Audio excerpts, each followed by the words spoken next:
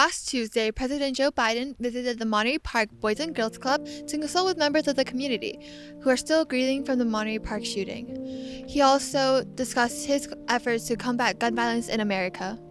This was the president's first visit to the LA area since October 2022. Many streets were closed and barricaded earlier that day, and more than 200 people, mostly from Monterey Park and surrounding communities, waited eagerly for Biden's arrival.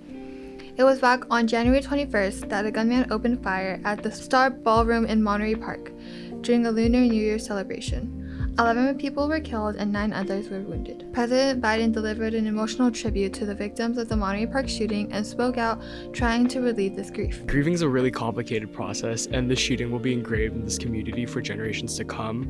I think being there and hearing each and every name being called out was an extremely gut-wrenching experience, and it just put a really big emphasis on the really grave and violent nature of this nation. During this event, President Biden announced an executive order increasing the number of background checks for all firearm purchases, expanding awareness of red flag laws, and improving federal coordination and mental health services for grief and trauma. Yet, even with this new action that was announced, Biden acknowledged that he is limited by using executive authority alone, and it will require congressional action to enact significant change.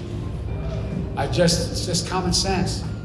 Check whether someone is a felon, domestic abuser, before they buy a gun. I think they'll be somewhat effective. It's important to note that although we have some of the strongest gun laws here in California, it comes down to how we enforce these laws. And basically, the executive order he signed gets the ball rolling on a stronger way to enforce things like background checks and red flag laws. So, this is technically a step in the right direction, but there's still a lot that needs to be done so that we can honor the number of lives lost through action. At the visit, many major government officials from the LA area, such as Judy Chu and Alex Padilla, spoke out about the Monterey Park shooting and gun reforms. The president's visit will greatly impact the future of gun violence prevention. Thank you for March for Our Lives for allowing us access into this event.